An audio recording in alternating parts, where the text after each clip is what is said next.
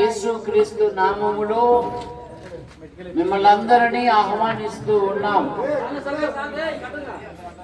Bible ఈ విధంగా సెలవిస్తున్నది, భేదమేమీ లేదు, అందరూ పాపము చేసి దేవుడు అనుగ్రహించు మహిమను పొందలేకపోతున్నారని బైబిల్ సెలవిస్తూ ఉంది.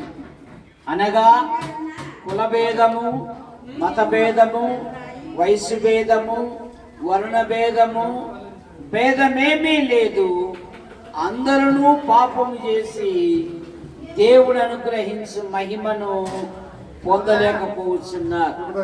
బైబిల్ సెలవిస్తున్నది, మనుష్యులొక్కసారే మృతి పొందవలెను, ఆ తర్వాత తీర్పు జరుగునని బైబిల్ సెలవిస్తూ ఉంది.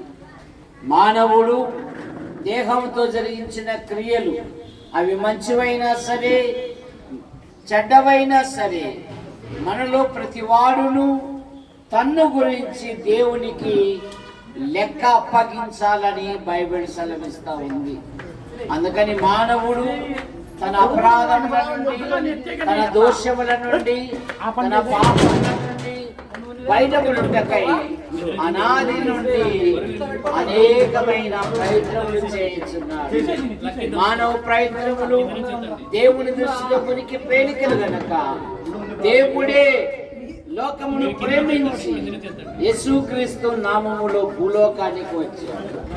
ఆయన పవిత్రంగా జన్మించాడు, పవిత్రంగా జీవించాడు, ప్రజలకు మేలు చేశాడు. ఆయన కాలం సంపూర్ణమైనప్పుడు ఆయన ఈ లోకానికి వచ్చాడు. కారణం బైబిల్ సెలవిస్తున్నది, రక్తము చిందింపకుండా పాపములకు క్షమాపణ కలుగదు గనక మానవుడు అనాది నుండి జంతువులను పక్షులను బలిగా అర్పించుచున్నాడు.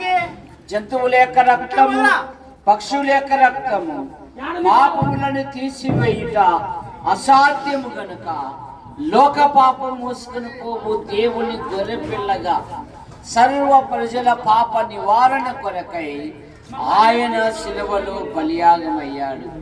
బైబిల్ సెలవిస్తున్నది, యేసు రక్తము ప్రతి పాపము నుండి మనలను పవిత్రులుగా చేయనని బైబిల్ సెలవిస్తూ ఉంది.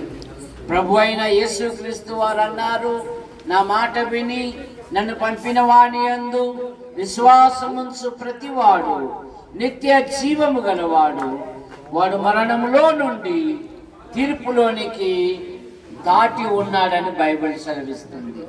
ఇప్పుడు క్రీస్తునందున్న వానికి ఏ శిక్ష విధియు లేదు గనక ప్రియులారా, ప్రభు అయిన యేసును అంగీకరించి పాప క్షమాపణ పొంది ఆత్మశాంతి నొంది దేవుని రాజ్యానికి వారసులు కావాలని ప్రేమతో మీకు మనవి చేయుచున్నాం.